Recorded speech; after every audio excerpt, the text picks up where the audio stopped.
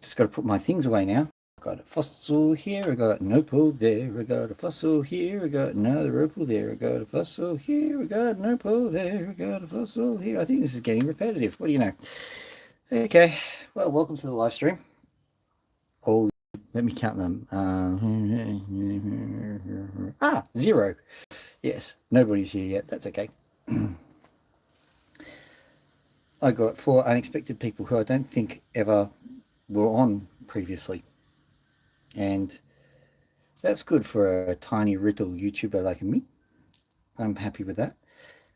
And I thought I would actually put some entertainment on. Probably have made the most effort ever, which probably is inviting me to not actually get any people to watch at all.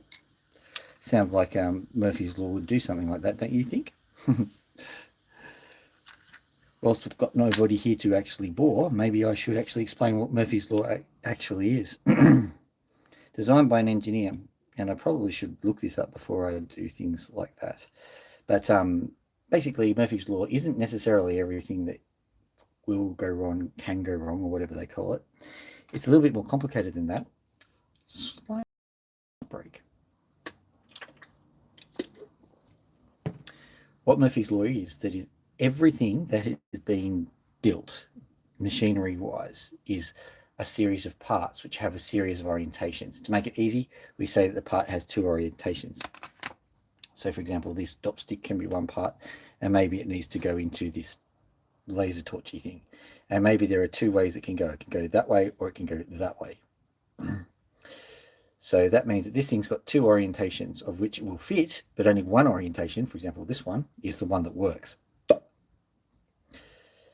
So basically what you do with Murphy's Law is you take all of the parts that have orientations. So for example, if we're just doing 2 orientations, take all the parts that have orientations, and then you just go, well, we've got, 1,000 parts, and we've got, that means that we've got 1,000 ways that it can go wrong. That's pretty simple, isn't it? That's really what Murphy's Law is all about. It's more of a calculation than anything else. We also have other things like Godwin's Law. Godwin's Law is that every conversation ends in Hitler. That's not, well, it is true, but the way it's officially stated is that the probability of a conversation ending in Hitler approaches 1 as the length of the conversation increases. Now, what a way to put it. Obviously, it was done by a statistician. In case you were wondering, yeah, my degree and my PhD was in soil stuff, but it was also deeply in statistics. And one thing I've been really horrified by is the fact that people think it's okay to discuss statistics in ways which make everybody else want to vomit. I think that, and you're not going to believe this, but I think that maths and statistics and all these things are really, really live, vibrant subjects that allow you to understand the world if you only tried. But we've got teachers, and it's not entirely their fault. We've got teachers who get out there and try to teach, and sometimes they just don't hit the nail on the head. And so you get entire generations of people who are scared of these, what they consider to be highfalutin topics, maths, science, everything else. And I am really quite saddened about this, because there are simple things that, people don't even realize. For example, sometimes people think that maths is about getting the numbers right. No, it's not. Maths is definitely not about getting the numbers right. As a matter of fact, it's a well-known factoid that a lot of the major mathematicians who have been making the major theories of late, they really struggle with their mental arithmetic. They can't get those numbers to line up at all. That should tell you something. The thing about maths is that it is realistically telling someone a concept. That's basically all it is. For example, you want to say how many kilometers it is to Gundagai, or whatever it is. And so when you have a look at a map, you've got you on the map and you've got Gundagai. And then you've got the job of breaking up that map into units to make it understandable for somebody else. You could just say, follow the squiggly line to Gundagai, and that would also work. As you can see, maths is really about communicating concepts. It's not at all about the numbers. And that makes visual maths a really exciting and vibrant topic, but I'm not entirely certain that this is the right audience for that. Sorry for rambling. I got excited for a second. So what have we got today? What I'm going to do is I'm going to flip this flippity flip around. Boing. I'm going to flip this flippity flip around. Boing. I'm going to flip this flippity flip around. Boing. Ah, there we go. All right, so this is my workstation, and I thought I'd leave it messy. This is something I was doing earlier on. Really exciting as far as I'm concerned, but probably not for you. No big deal. I have got this guy. This will be featuring heavily because I've just been able to figure out a way to control it. I've got some little plastic baggies. I've got some water around somewhere. Where's my water? I bet it's around somewhere. I've got this. What's this doing here? That scrapes poo out of cages. I don't think we'll use that. Poo. I've also got this. Woohoo! I've got a non-functional pen. Whee! I've got a functional pen. Yay. We will be writing down some very, very basic numbers onto this piece of paper. And I've got a schedule of what we're going to be doing. So that means if I'm talking to myself all on my own, you can watch this later. There's a scale, there's a pen.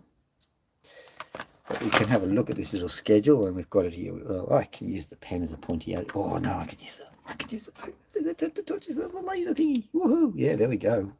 The bright one. Maybe we shouldn't use this one. Okay, so first up, we find a pen. This is way too bright. First up, we find a pen. So bingo, we've got that sorted out. The next thing we're going to do is we are going to weigh Phil's and Mooka, 7 pieces.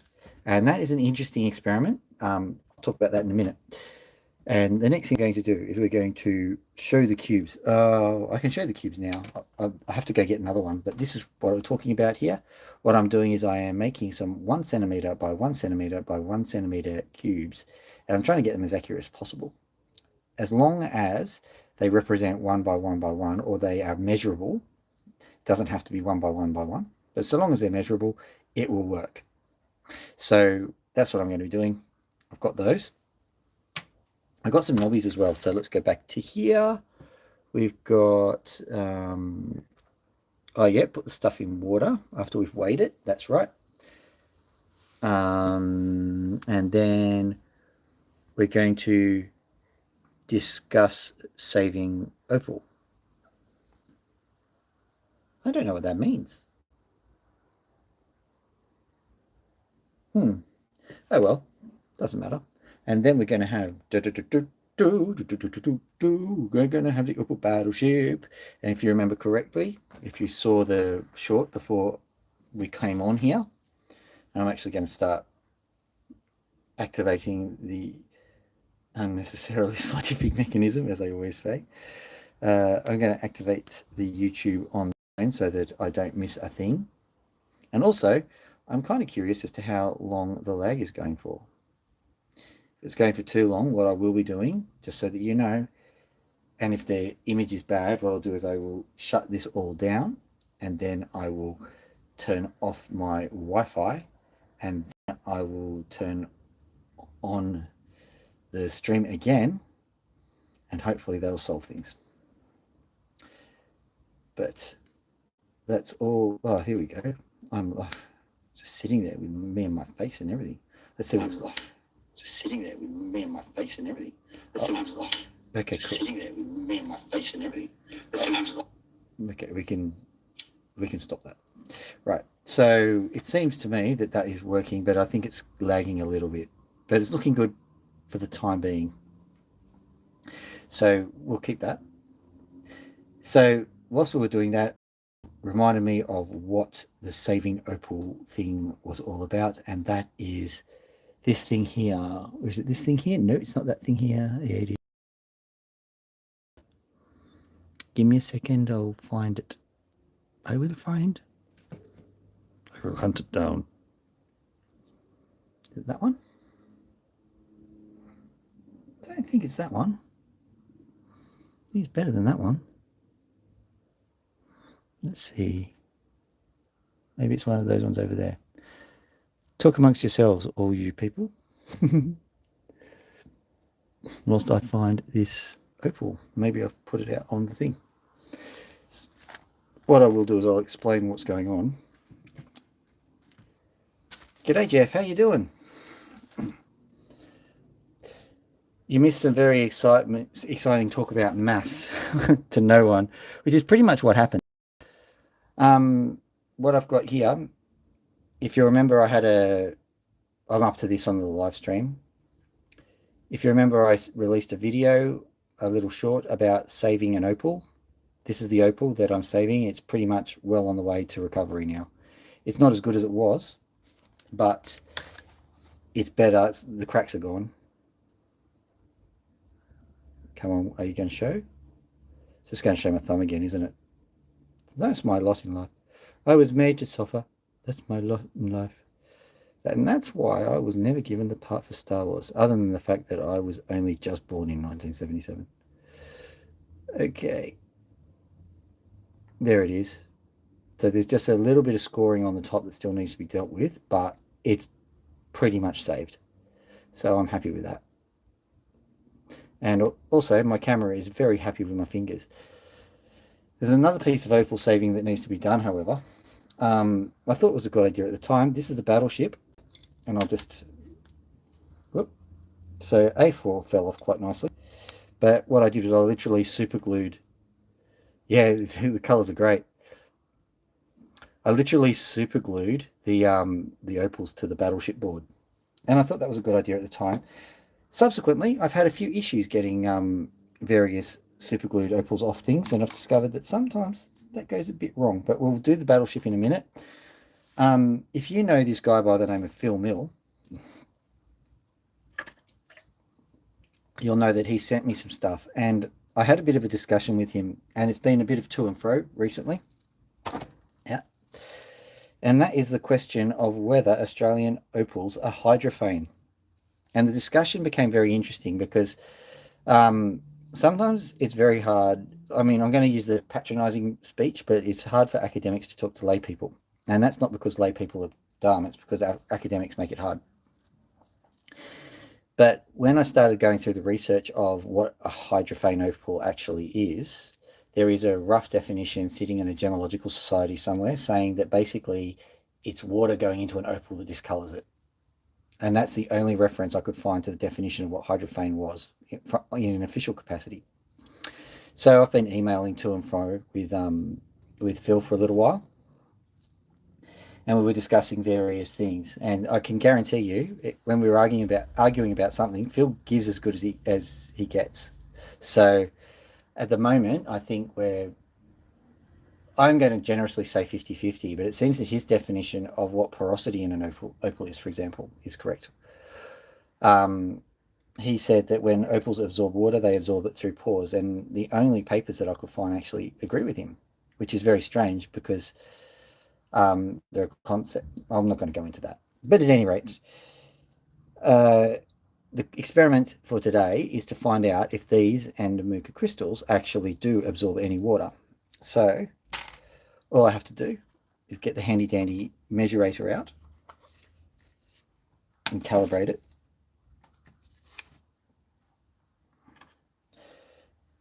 We go to 0 and we find out the weight. Hopefully it's in carats. Yes, it's calibrated to carat, which is good.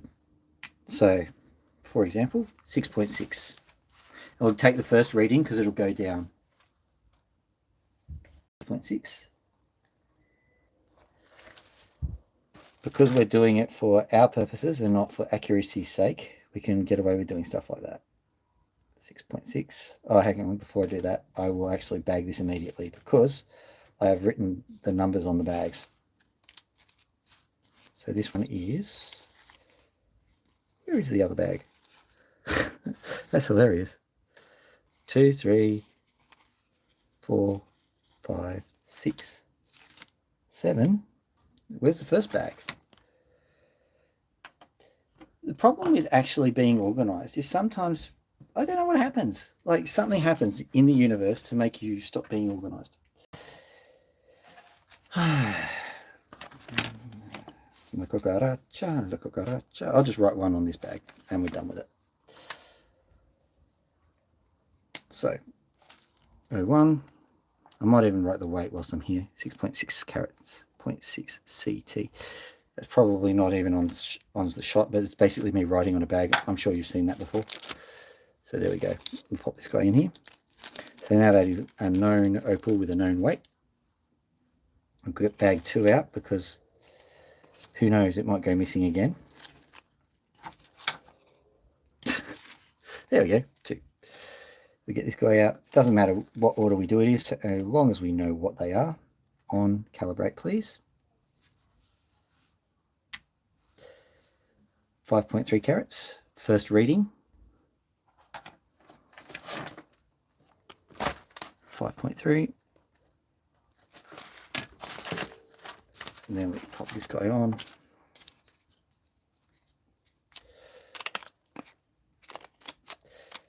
The reason why I'm doing it like this is because I will be weighing these at the end of the session. Whether if it goes over time, I'll weigh it off camera. But okay, 6.8 carats. 6.8. We'll pop it into here. So what I'm thinking of doing is putting the bags in the water straight away so that there's no confusion at all. If you've ever done experiments, I don't even know, Jeff, have you done any sciencey kind of things? So 4 is 5.1 carats.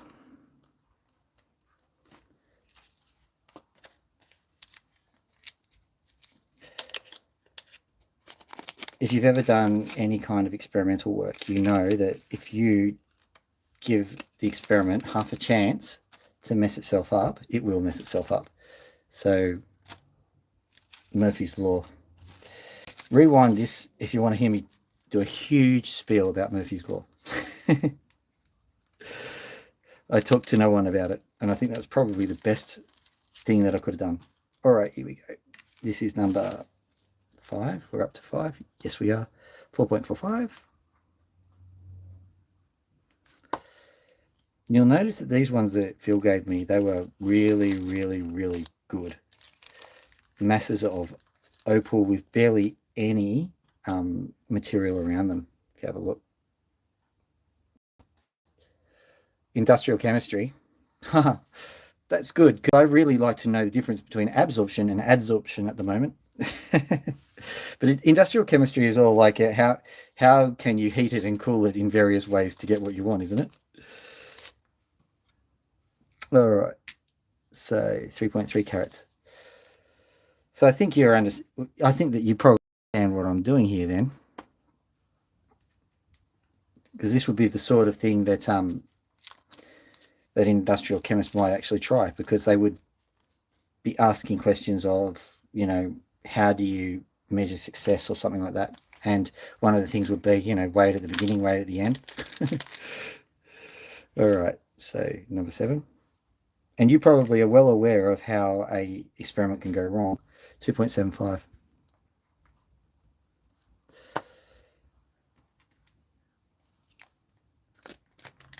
Okay, so these are done. And I have myself some water here. So I'll open up the container. We can get rid of you. We can open up this container. It doesn't have to be particularly clean water, although that's only just wax residue there from another thing that I was doing.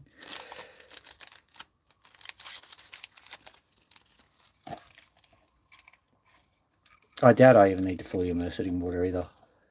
I just get this feeling that if something gets wet,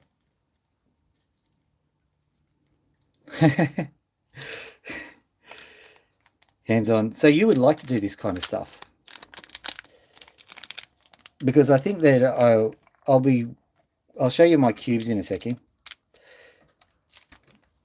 I'm kind of relieved because, like, at the very least, if, you know, I've got hundreds of people on the live stream, Jeff, I've at least got one person who sort of understands what I'm doing. The other thing that I'm doing is I'm intrigued with opal densities as well. And in order to do that, I have to be a bit creative with the way I cut them, and I'll show you that in a minute.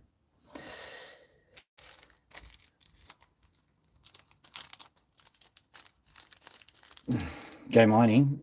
Well, I tell you what, Jeff. I got a lot of experience in mapping, and I've had a look at some of those. You know, there's this YouTube channel that does all of the things around Lightning Ridge. There's this guy who's got a kind of slightly gravelly voice. I'm not trying to be mean. I'm just trying to help you identify the dude.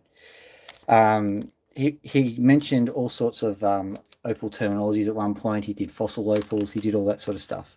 I think he's associated with the Tourism Information Centre at Lightning Ridge. Okay, so they are all immersed in water. And my thumb is looking great as ever.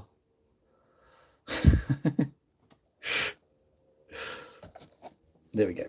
So I'm just setting them aside. So what I might do, just, what have we got in here? I've done to the put stuff in water. Show cubes is what I said before I do the water.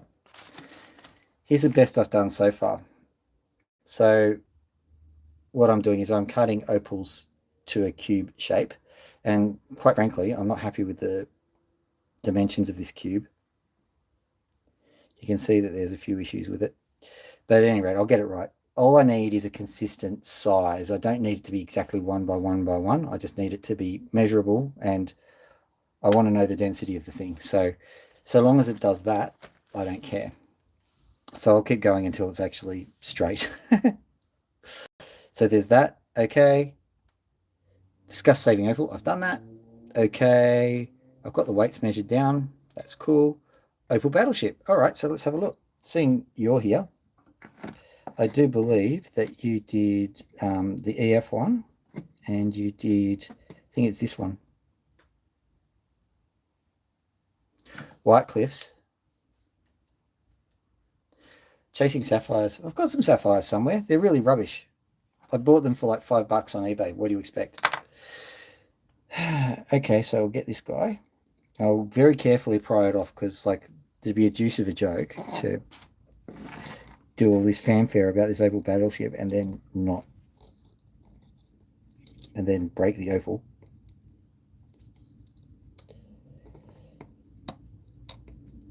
My daughter said to me, "You're live streaming, are you?" I said, "Yeah." She's going, "Please don't drill a hole in your hand." Scarred them for life.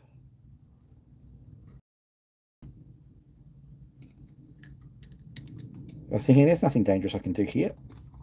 And I don't know if you've ever got an experience in breaking things, but one thing I have learned,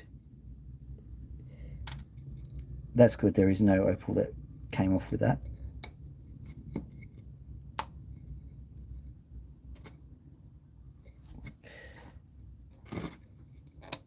There we go. All right, so step 1, don't break the opal while getting them off. Step 2, I saw something about digging sapphires there. Whoop. Getting this from one thing to another.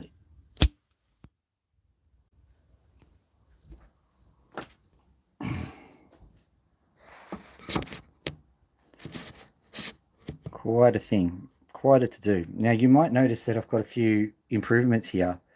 This is a wax-coated end of thing. And the reason is I took the end off just to show you.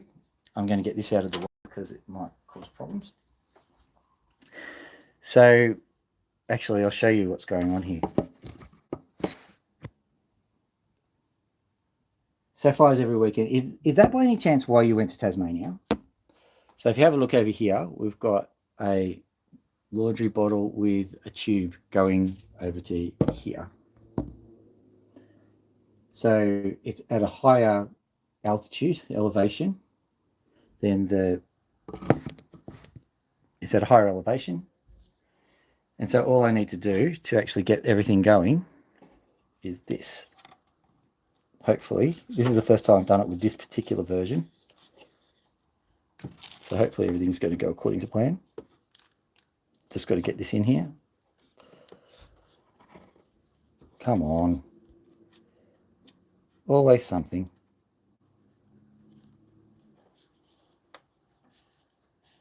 There we go. Hopefully that does it. So long as water goes in, I don't care.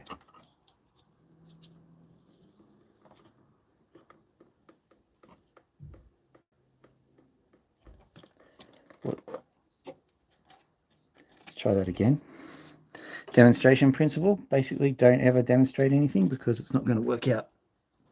I see what's happened.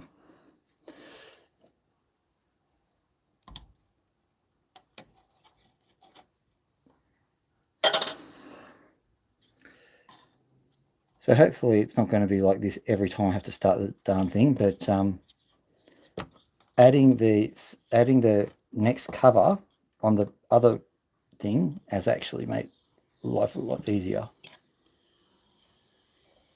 Listen for bubbles. There we go. Heard the bubbles go, and now got that going. Now where's the cover? Hopefully this is going to just go straight on and everything goes without a hitch from here on in.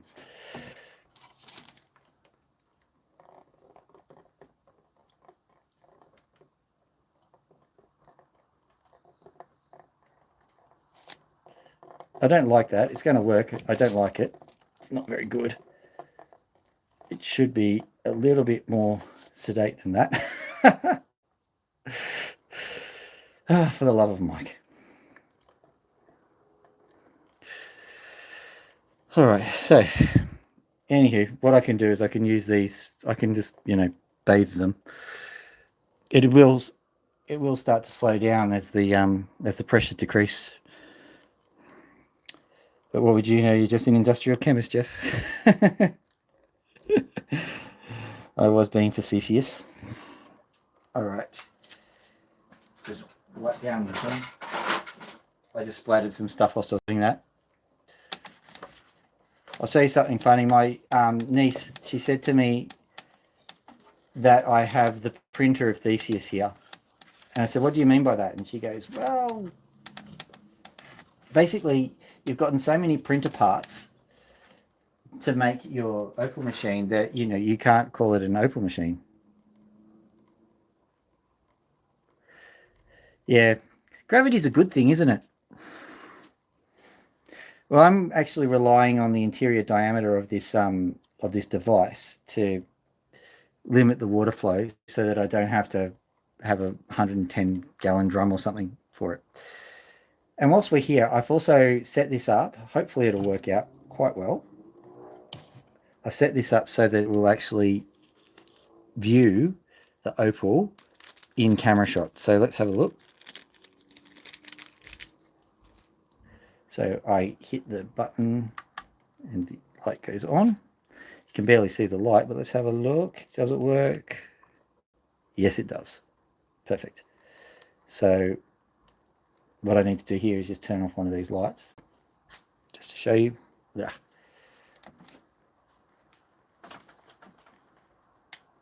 And turn that one off, which is over here somewhere. Got to make the lights more accessible. They're not as accessible to rain, which is always a good thing. That'll probably do it. So now, if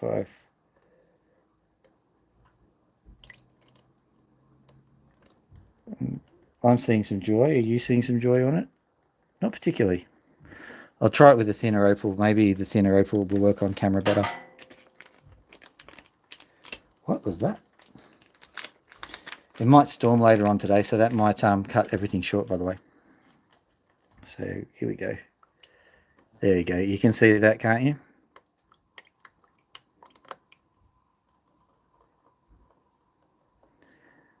I'm not sure you could actually make any diagnosis on the Opal based on what you're seeing here, but I can. Let's see if I can turn other things off. No, I won't worry about it. Let's get to Opal cutting. Basically, I've got a torch. It works. Turn that back on. That's all we need. Was there another one I turned off? But I don't think I need it, so it's no big deal.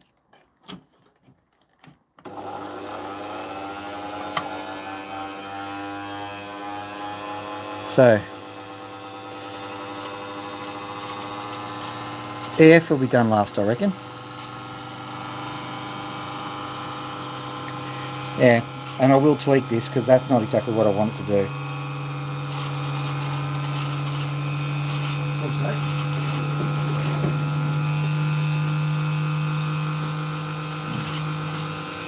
Just moving the draining bucket because it's going to drain pretty quick.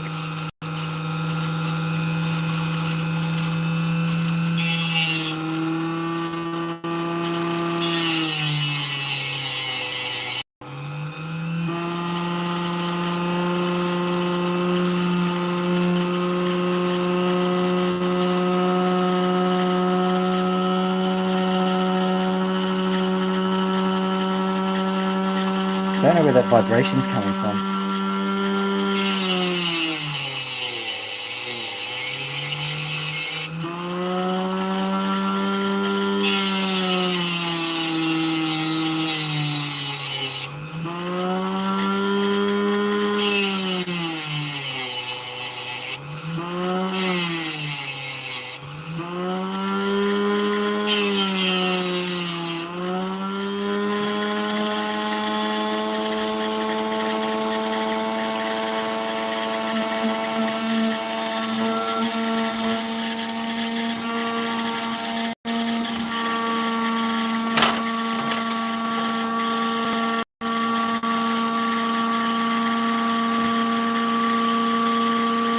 I've got a bush here somewhere.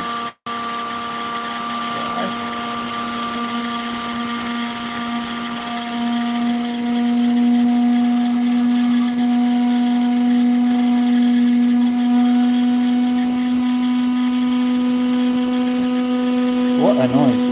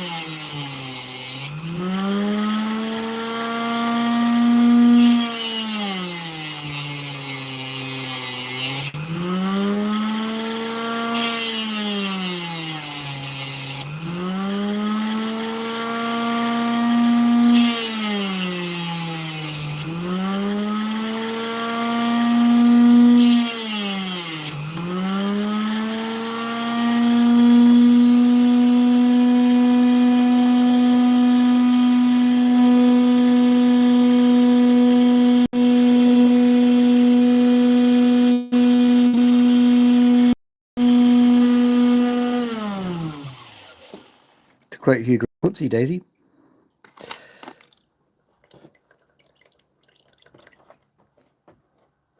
And get out there. Pretty certain it made it into the tray here.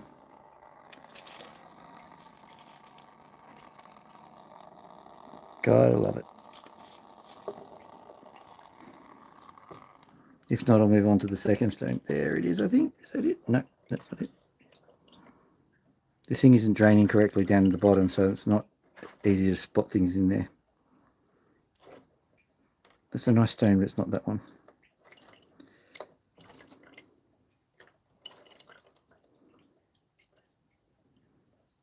It's not that one. Where is it? No, I think that's what I did previously. Although, it's probably a similar stone. Unbelievably, this thing is just not draining like it should.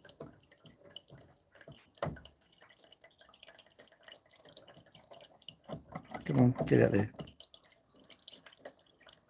Now it's away. Good little opals.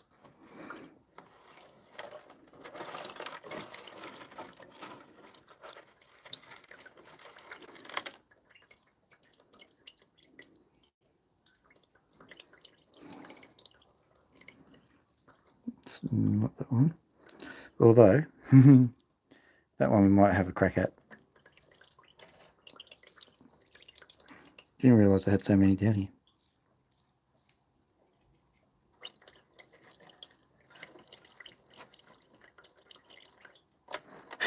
I have been cutting boulder.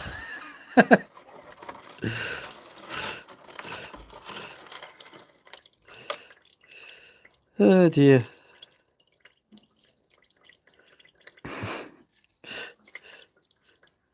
There's the prime suspect right there.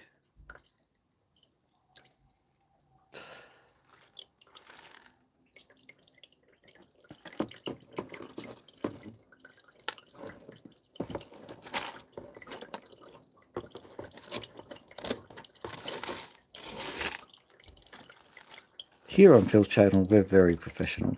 Like, there's this. If I don't find it in another 5 seconds, I am going to move on to the other one. Because as much as playing hide and seek with an opal is fun, it's not what you've signed up for. I was sure I saw it go into there. That's why I'm searching so adamantly. How can you lose it so completely in such a small confined space?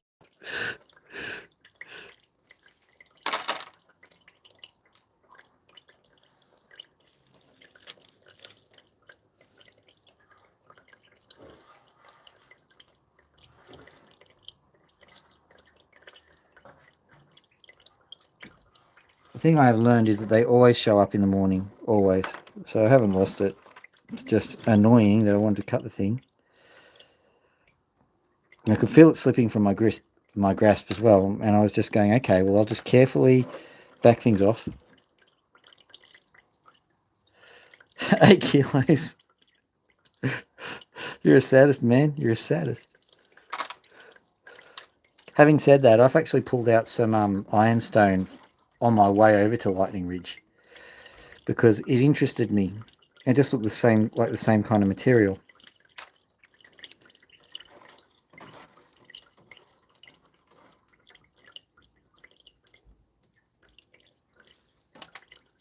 I was getting, that's annoying because that was actually getting quite good. Is that it? I don't think it is. Don't think that's even meant to be.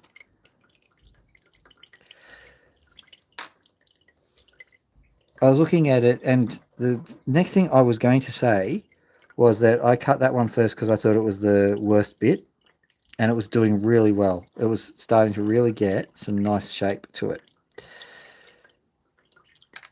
I think this is the curse of Minterby, isn't it? It just says, no, you're not going to cut me. I'm going to cut well, and then I'm going to fly away.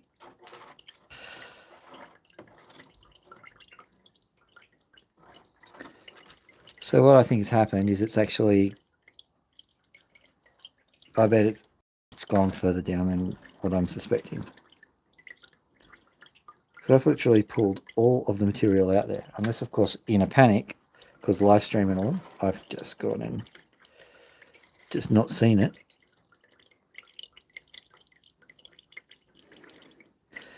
Well, that's interesting. What is that? Oh, okay. I found something better to block a drain with. I've been cutting a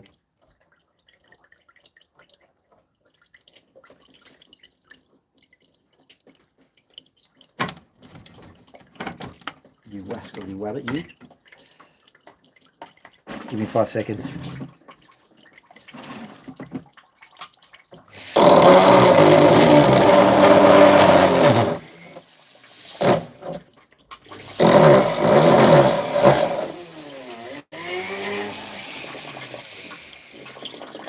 Yeah, you take that.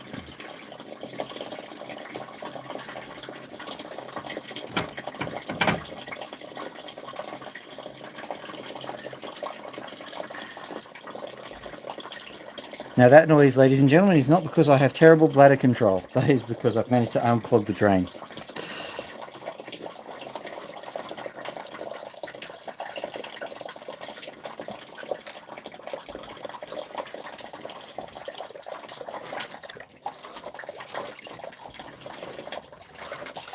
What I think I'll do is I'll just move on to the next thing because I don't feel very much down here. Other than debris from boulder opal.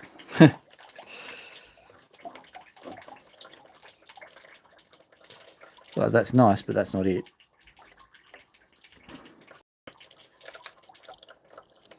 Well, that was dual clean out, wasn't it? Okay, well, this is the other one. This is the one I thought was going to be more successful.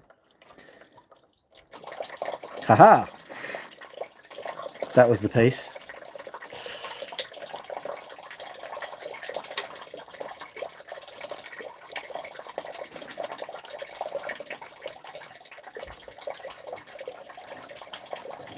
Sorry about this. Now I'm really curious.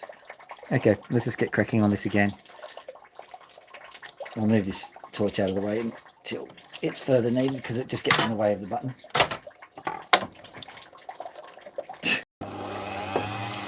Of course. You just do your thing. So this is an interesting one because it's got a seam that might work. We'll find out. I'll clean up the sand first.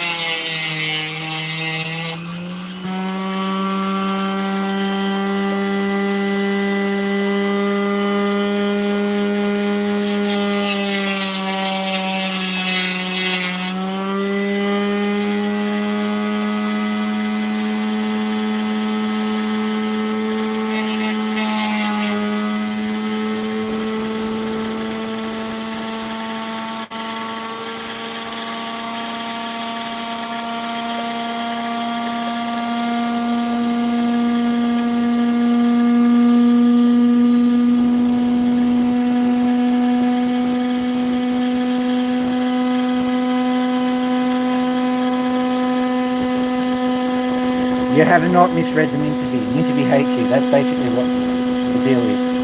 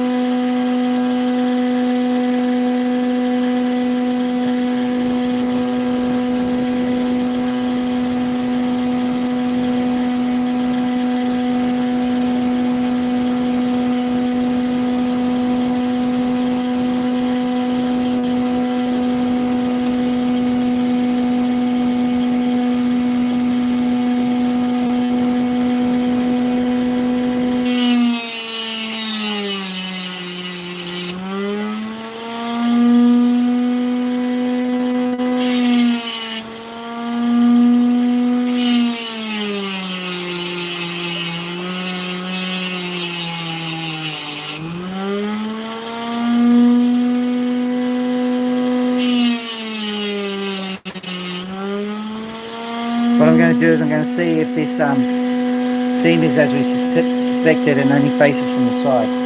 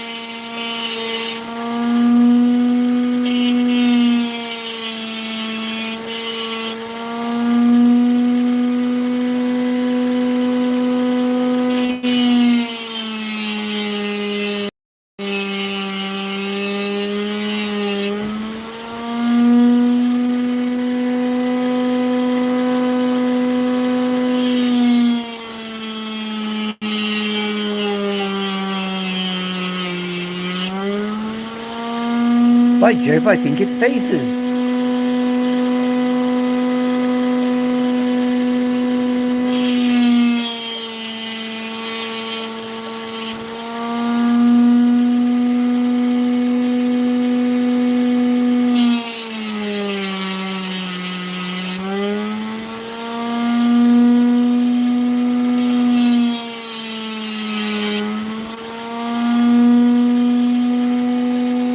Would you look at that? It actually faces.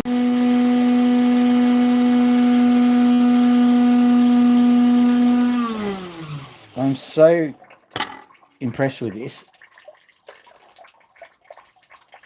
I'm just raising it up so that gravity does the job of stopping it for me. There we go. I'm absolutely drenched from head to toe here.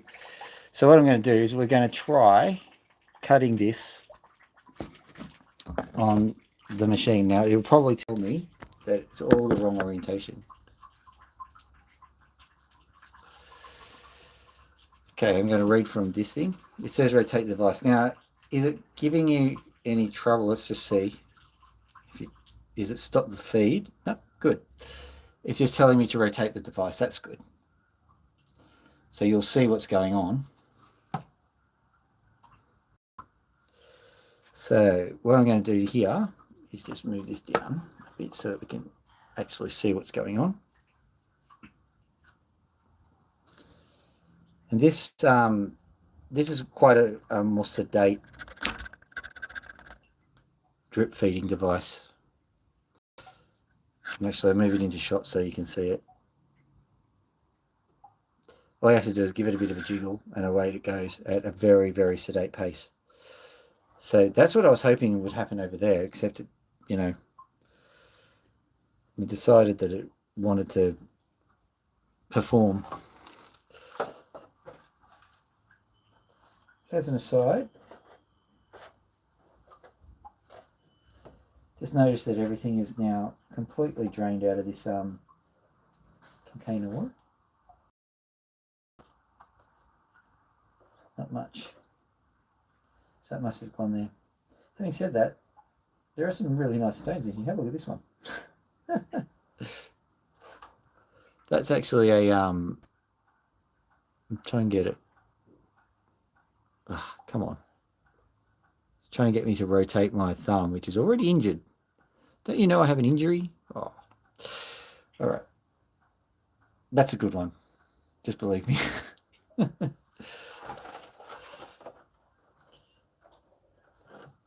I'm going to make sure I get to the photography awards because I'm certain I'm going to win first place.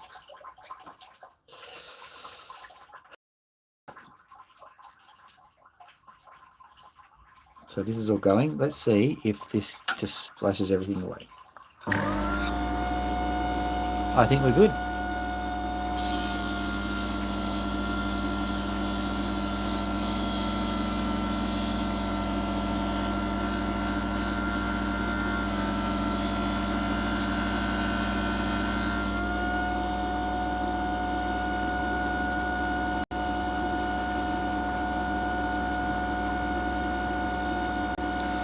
All I can say is it's looking pretty good. I don't normally shape it on the sandpaper, but this is a way more delicate job than normal.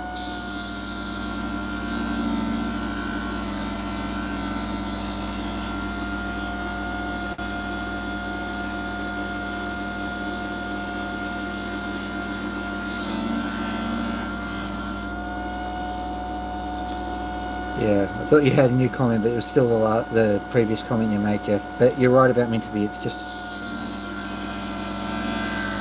the two things. You misjudge the hardness of the opal, and so it chips a lot. You misjudge the pressure the stone's under, so you shatter it, and then you misjudge where the colour is.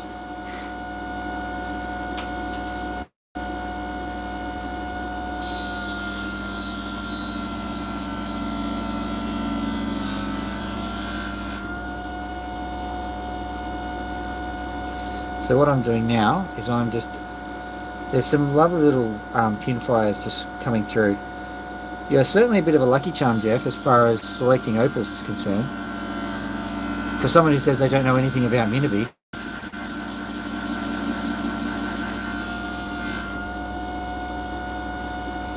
The other one was coming good before it decided to fly to the moon.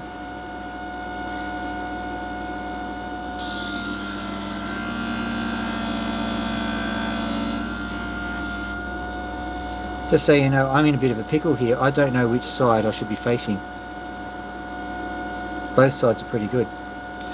Gonna have to come off the fence pretty soon though.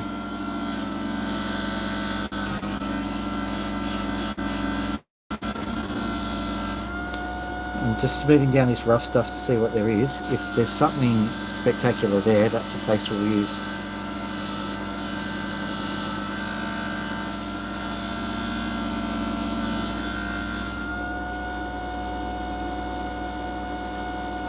It's looking pretty good. Let me just bring that down.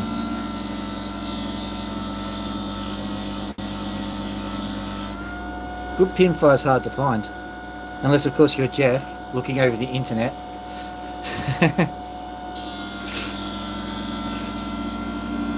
Apparently you can spot it from like 2,000 kilometers away. Oh dear.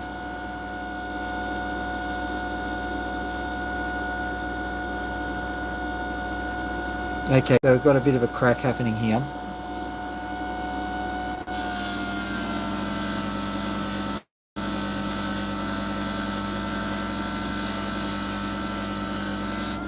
Seems to me the stone's not giving up quite yet. It's going, you know what, I've got a few tricks left in me. What's going on over here? Alright, the stone is doming a little bit on this side, so I think that it's just made the choice for me. So what I'll do is I'll square it all up. And hopefully some random seam will catch us on the way through.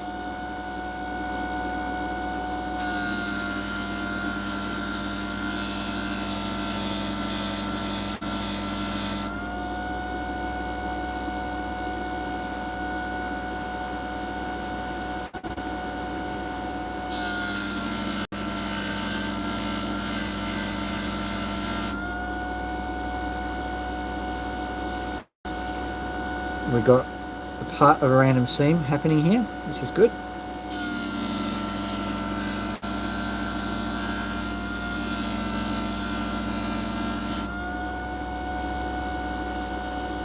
I normally just let a dop stick do the work, but I do have the skills available if I need them. I just think that you should be always maximising your success. What I might end up doing is I might end up dopping this very soon.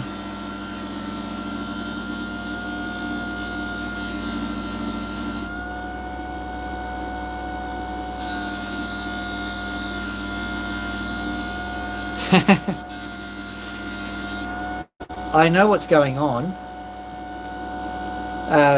because, like, I don't know about Minterby, but the black opal that happens in Lightning Ridge is from the early to mid Cambrian, if I remember correctly, and that's not too far from the Carboniferous period. The other thing is that a lot of the opal that's actually sold on some of those websites, it's very old. It's been stored in sheds for ages. So you've got two sources. You could just have literally farm diesel oil permeating the stone. Because no matter what people tell me, I am convinced that opal is a permeable stone. It's not greatly permeable in ordinary time, but if you give it years, it will have stuff happen to it. So I think that if you store it around oil, especially because, well, I have a feeling that the chemistry, and you could probably pick me up on this, silicon dioxide has 4 bonds, or silicon does. Yeah, silicon dioxide would behave like an oil. So it'd probably have a high octanol partition coefficient. Sorry everybody else, I think there's only the 2 of us on here. So I think that basically oils but the water can't.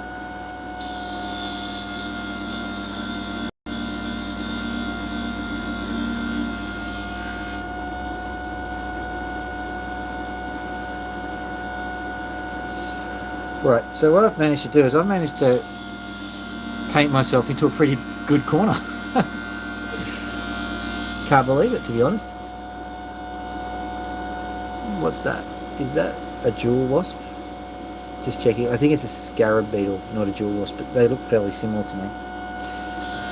But if it's a jewel wasp, I'm going to stop everything and get rid of it because they hurt if they sting you.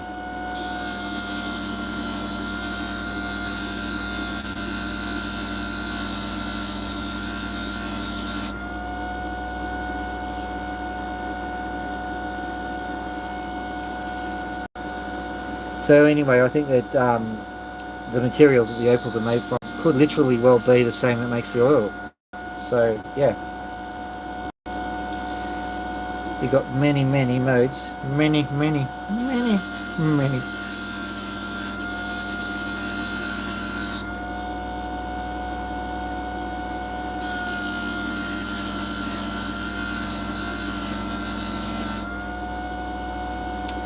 It looks like it's forcing itself into a drop.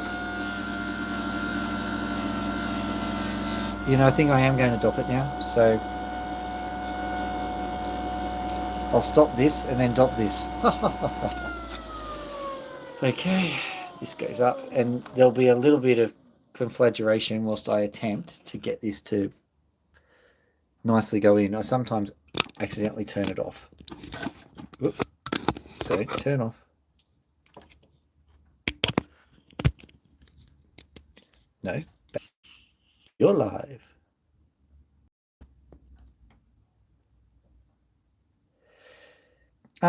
Making opal, I think it's a fairly well-known procedure. I googled it at some stage, and the reagents were actually quite weird from my perspective.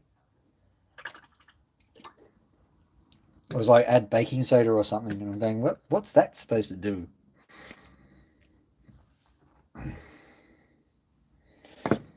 What I know I can do, however, is make fire. My daughters affectionately refer to this as the undies torch.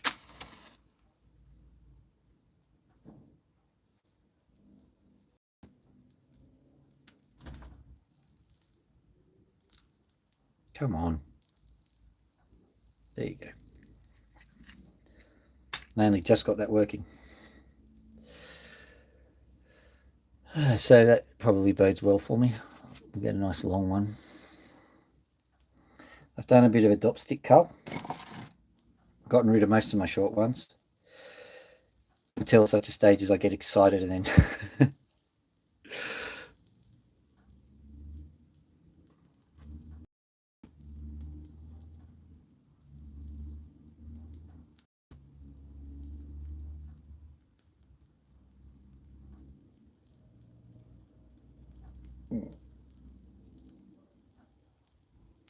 Why aren't you misbehaving? I usually expect something to go wrong by now. Are you trying? Good on you. I think the worst thing you can possibly do is try to dop an opal on live stream.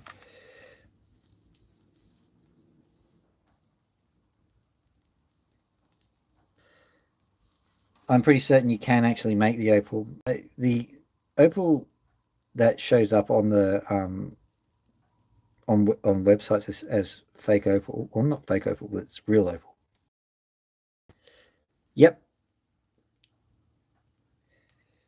Oh yeah, I might not have explained all of my apparatus. Most of my apparatus is homemade, in case you hadn't figured that out for yourself. And right at the beginning, I was at a loss as to how to get dopping wax. You know, you could just have bought it off Riley Gun, you know. How hard was that? But in the end, what I did was I just went onto eBay and I bought some leg wax. So if you look in here, well, there you go. You can see it in there. Here's some dop sticks, which are no longer being used, but there's the leg wax beads. And it works fine. Because, you know, they're always talking about the kind of temperatures that you want to have your running at and all that sort of stuff. Well, leg wax, basically don't burn the person temperature. And it works just fine. And if you have a look here, it's made a nice hold.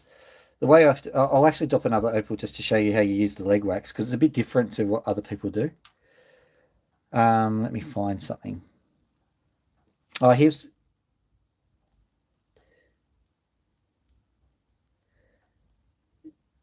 leg wax. Just go on eBay. It's like $2 a packet.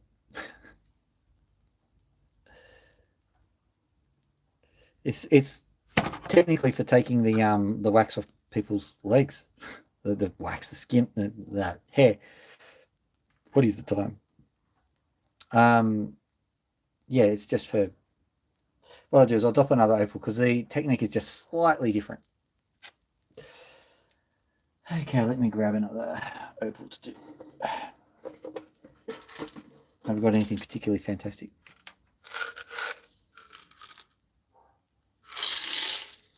You have now. Oh dear. Let's have a look.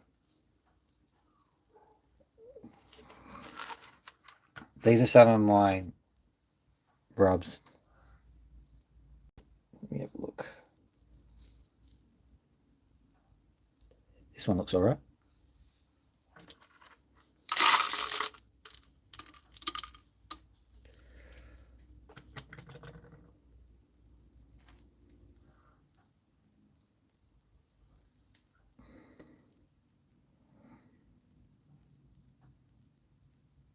I'm going to have to wet this one. Actually, I'll use a different one. It's a good one, but it's going to be a bit tricky.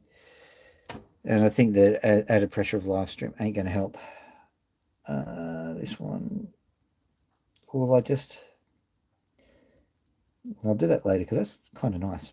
But I'll get another one out because it's a slightly small stone. Let's pick another one. If you spot one, say stop. Because it seems that whatever you pick seems to work out. Oh, this is a really thin one, so I can't use that. Probably good doubleting material.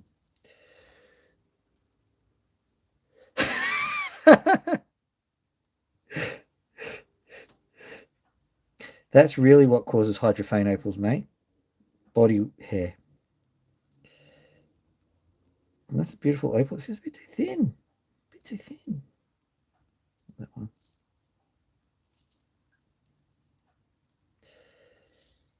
Come on, there's got to be something that's suitable. There, that one. That one. Look at that one. We're taking that one.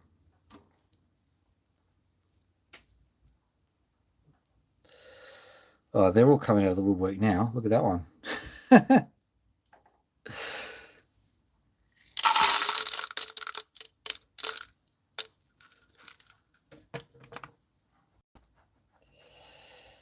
All right, so what's this one got for me? Do I detect a... No, that's just a black potch underneath it. Sorry, I should be actually showing you what I'm doing. Okay, so I'll just put it black side up. And then I'll move these guys out of the way because they're not the targets.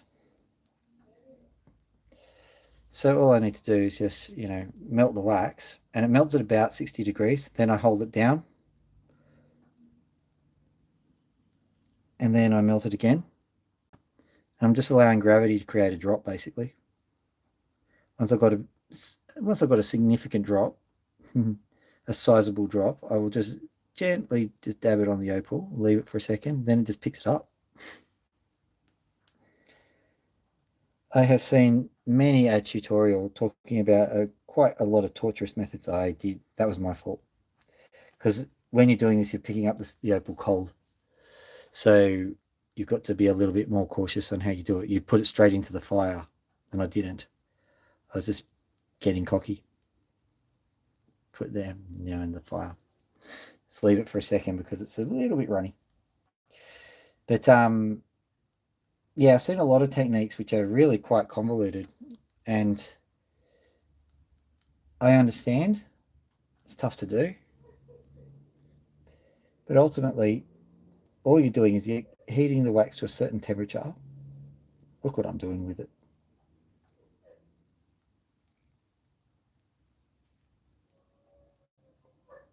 There we go. Demonstration principle. The moment you say, oh, I'm going to do it this way, and it's so easy, suddenly says, you know what, I'm going to make it difficult for you. The wax is just going to start sticking everywhere. Yeah, there we go.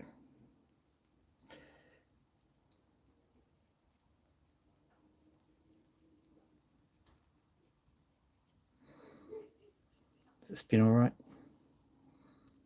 I've done better. But I was expecting if I'm going to be dopping an Opal on a live stream, it's just going to go so badly wrong. Yeah, this Opal is significantly lacking in hair as well.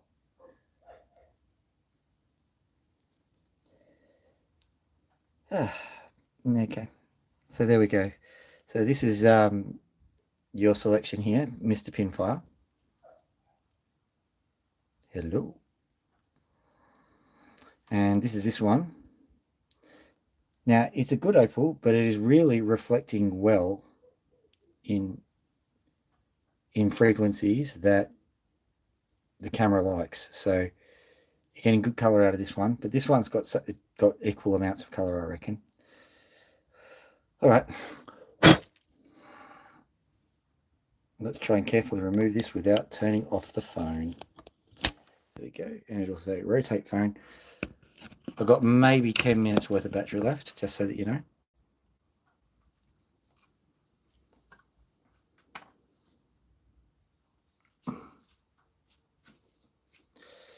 Okay, let's turn this on and then move the light source over.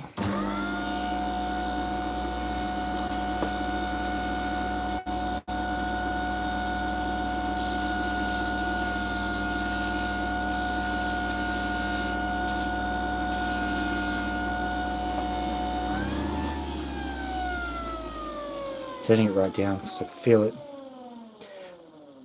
and up. I can feel it biting a bit. You got to just try and avoid the resonating frequency. Each opal's a different size, which means it's got a different frequency.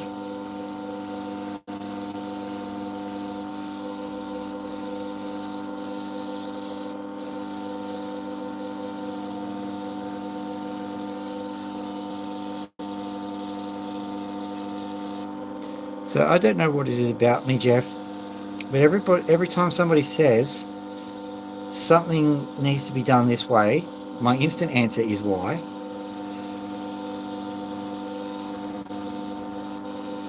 Which has done me well in research.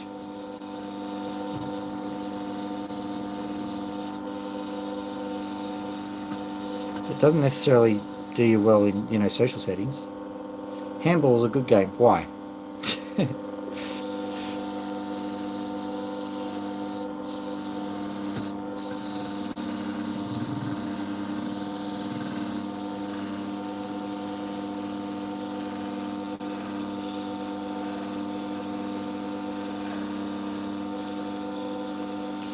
So what we've got here is I'm trying to just shape it a bit.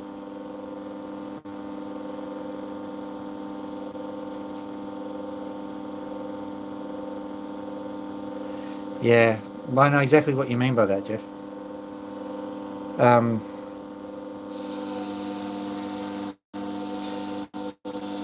The amount of times things are based on hearsay, it's ridiculous. And when I was talking with Phil from the Opal Mills, we're okay, but we got into quite an interesting discussion about what a hydrophane opal was. And there's just no research on the topic. And how's the average punter supposed to understand what's going on if there's no research on the topic, or at least no good research? It goes back to that difference of what absorption is and what adsorption is. Because I know that in Australia especially, a lot of the clays, they're aluminosilicates, and they've got very interesting properties, with water especially. They adsorb onto the aluminosilicate sheets.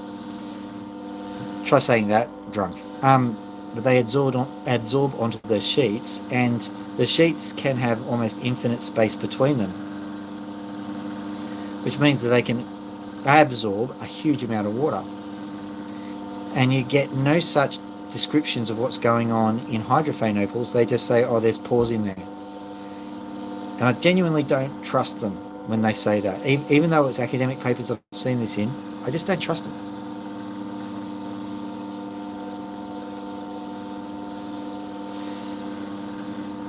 Yeah.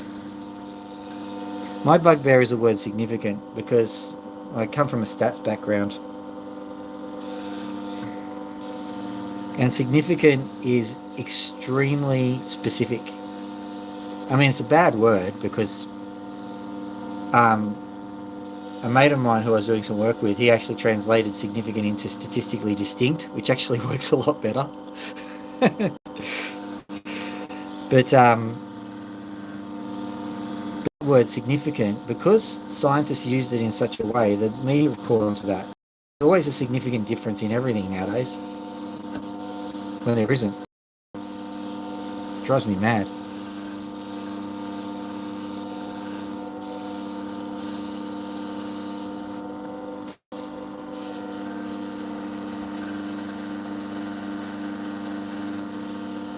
Going to try for some kind of oval shape, but I think we're going to have to slightly drop it.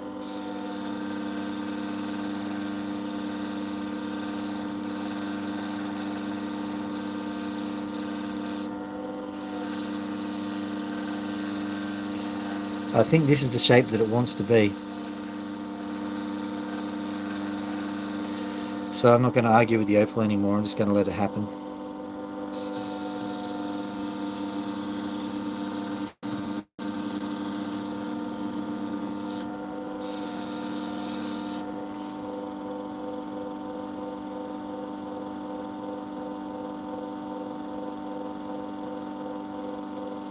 I think you're absolutely right. And all it takes is an aluminosilicate, mate.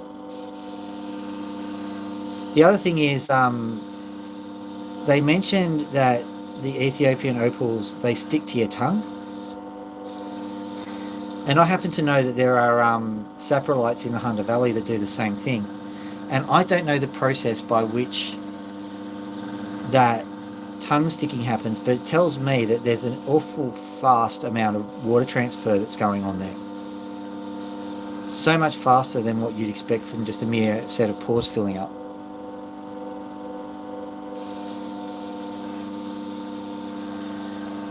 There's just everything telling me, like, and especially considering the fact that colour comes from conjugation. The fact that it goes clear when it gets wet, it just tells me that there's something else going on.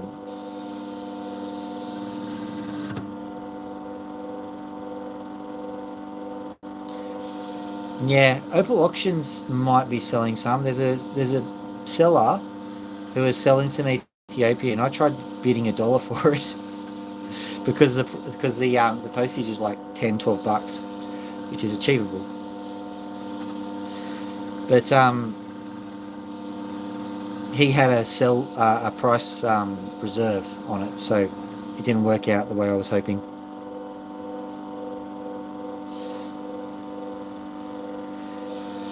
Yeah, I will get around to cutting some Ethiopian. Dreamtime Opals are selling some, and Cedar Opals are selling some on their website. So,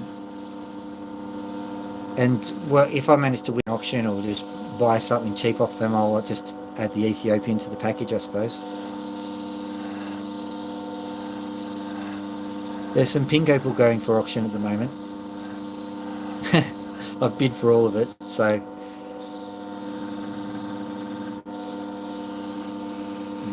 do with that as you may. Yeah. And it's individualised postage too, by the way.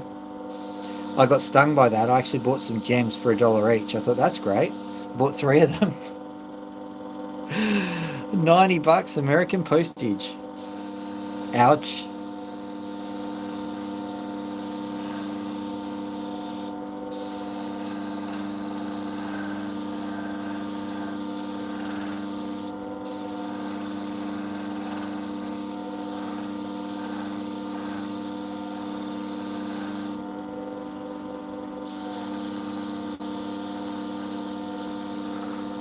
Interesting, this mini beer is just not behaving the entire way through. What I found out is sometimes, I don't know whether it's me or the stone itself, but if you leave it for a little while and come back to it, it seems to behave. I think sometimes you get, your muscle memory gets frustrated or something, because like I'm feeling calm and relaxed and all that sort of stuff, so I'm not sitting there going, why won't you sheep?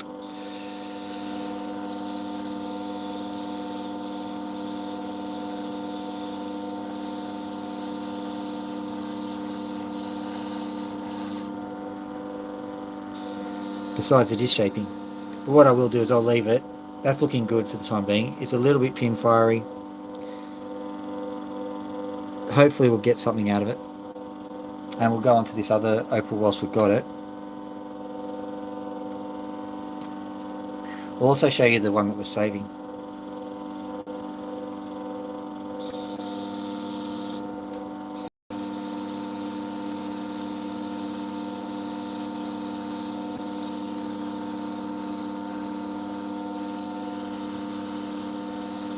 Yeah.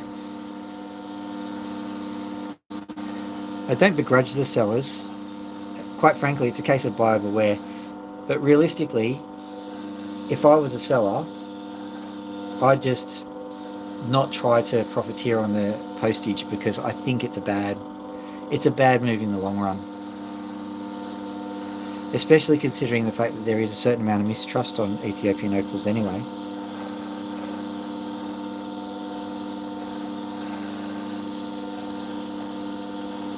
No, is it going to do the thing that we hope it does? Maybe not.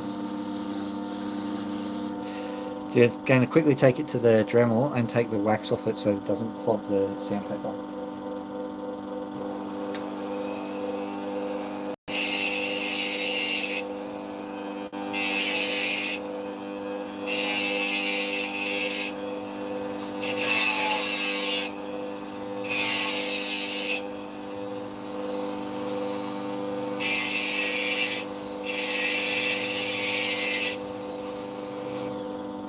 Didn't bother moving the thing.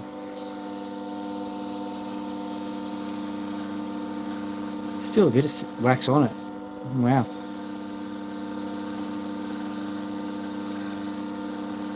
I can cope with that.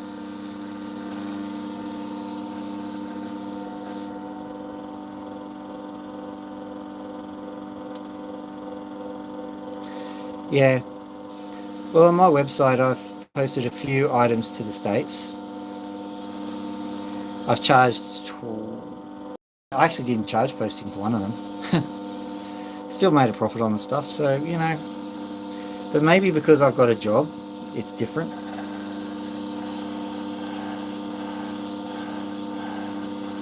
This is only a hobby with which I might, you know, possibly gain some notoriety on YouTube, or possibly, you know, make some money on an Opal website, but I'm not betting the farm. Just sitting there working in the justice system.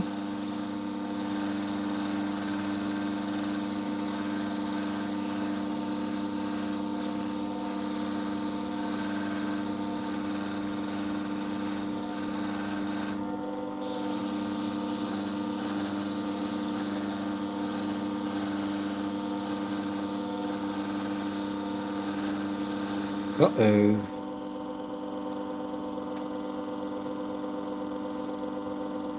I don't think it's a crack, but it's certainly quite undulating. I didn't pick that up.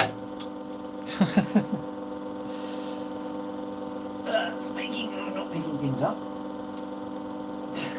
would you believe that? I dropped the opal stick, and then I dropped the opal. It came off the stick. That's not it. Unbelievable.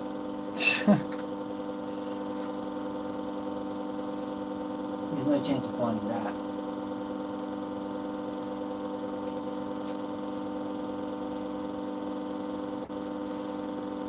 I did potentially find the Minterby opal though.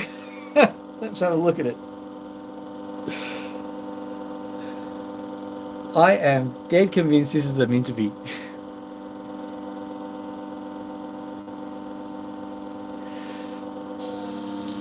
Yeah, some friends from Ireland are going to get some opal in a little while.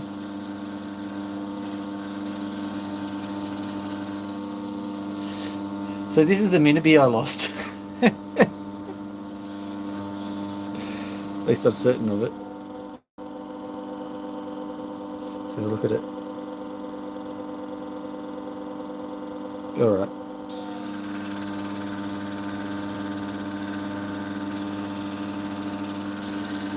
Oh, you wouldn't write about it, would you?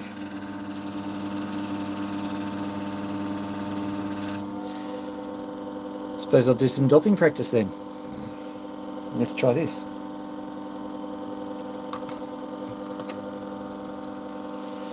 Turn that off. Use the same doping stick that I used before. Rotate device. No, don't. You're live. Hold on. Now I have to swap it around. Yoink.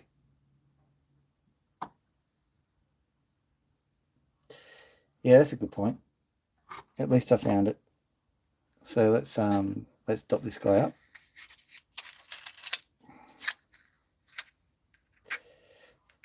They don't go missing. It's probably just because it's late at night and I'm getting tired. It's been a big day.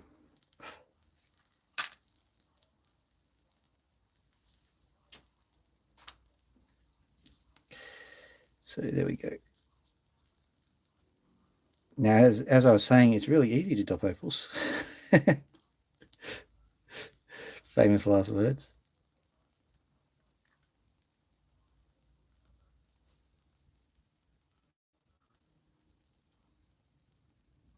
Seems to work if you give it a bit of a twist. I don't know why. Probably something to do with surface area. Oh, by the way, have you seen these Franken opals I've been making? Don't know where the other one is, but I'll show you this guy.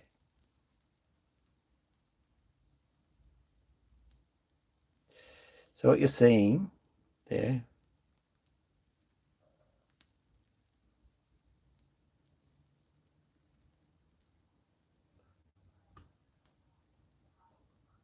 come on, look at it.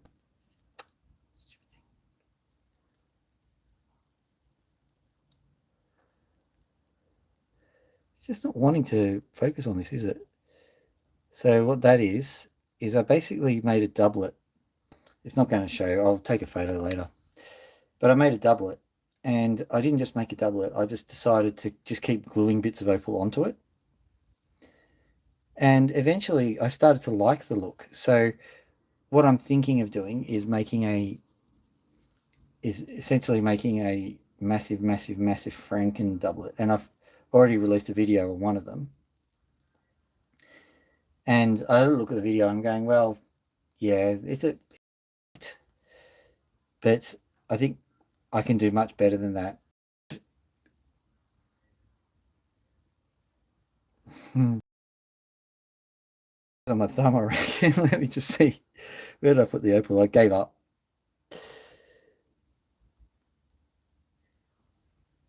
There it is.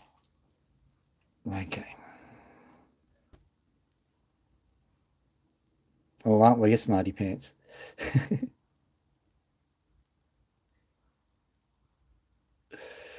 So what you're seeing there is that's actually the glue. Like, so there's the opal that's sitting in amongst the glue. And I'm going, I don't know if that's a good or a bad thing yet. It doesn't look too bad in person, but I think we can do. I think this has got potential. This concept has potential. That's the best way of describing it. So what did I say? I said a doublet is when you've got 2 bits of opal stuck together. A triplet is when you've got 3 bits of opal stuck together. Multiple, hyperlet.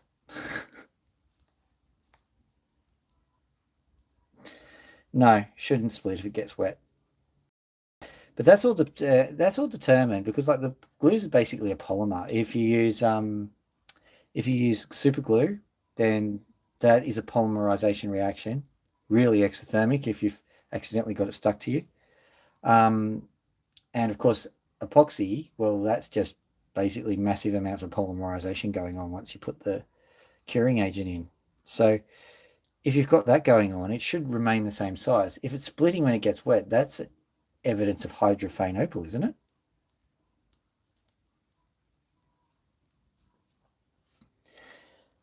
Anyway, I've gotten the thing coated, and where's a piece of there's a piece of opal fossil, not opal fossil, just ordinary fossil what I've been doing is I've been researching how to preserve fossils. That's a Glossoptera that I've done. That's just pure Glossoptera.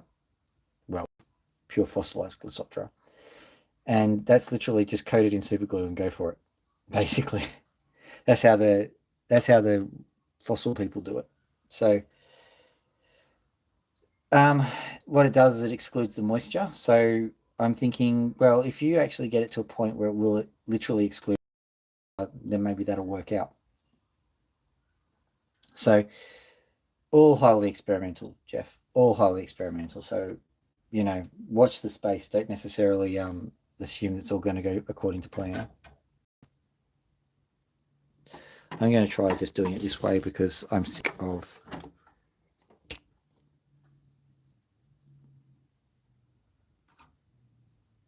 It's going to work, is it? There we go. Look at that.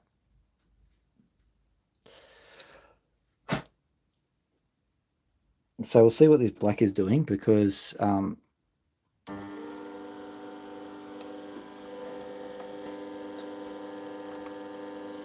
you have a look here, there's just this black section. I'll try and using this new technique that I always knew about.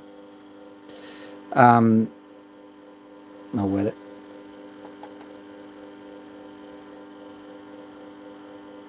You can see that black section. There's not much color sitting in the black. There's good old pin fire happening again, and it's actually moving from purple to blue to green, which is kind of nice and iridescent. It's a shame you can't see that, but I'm wondering what's going on underneath the black. You didn't see that.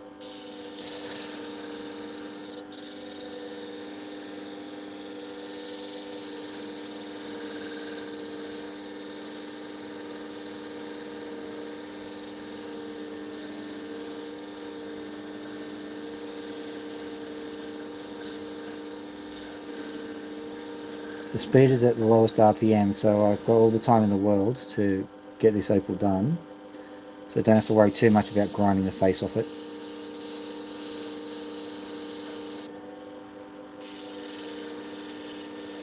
I'll do a corner just to demonstrate.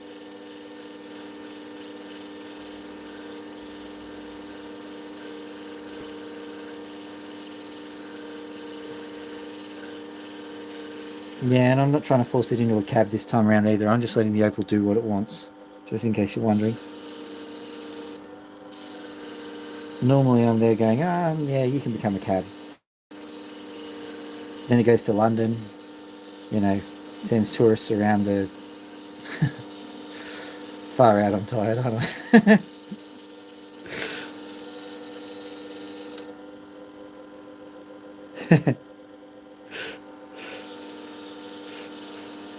I know, right? Amusingly, I spotted something here.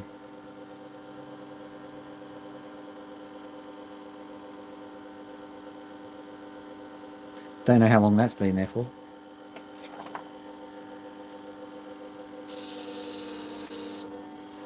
Everybody jiggling, everybody jiggling. There we go.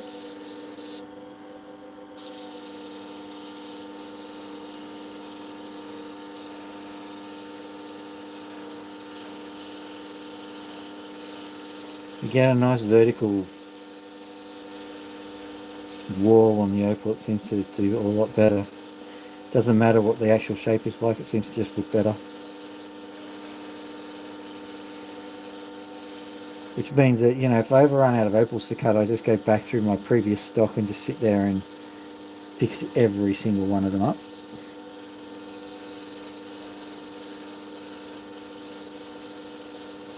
I think one of the problems with opal cutting is that it's a I will call it a discipline, but it's one of extreme improvement that happens over quite a long period of time. So 3 months from now, you're better than you were, 3 months ago. And that will continue for quite some time.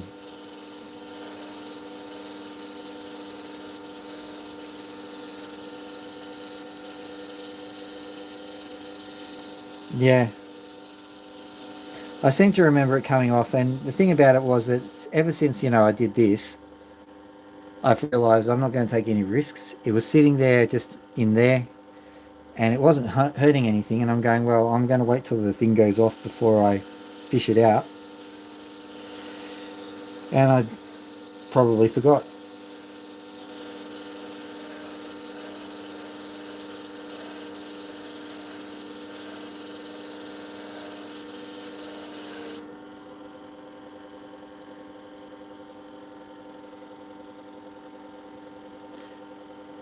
I'll be doing tutorials on how to do camera work later on because I'm very, very good at it.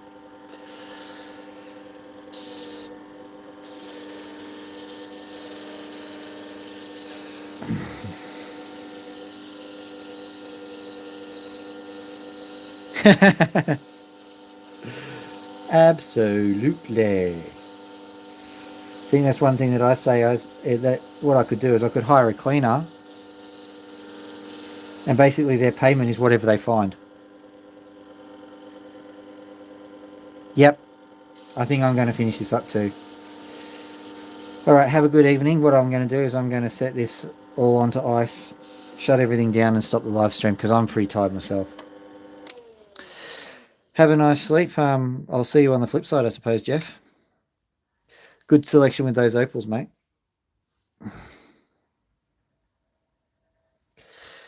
All right, I think it's all over. Red Rover, Dr. Phil out.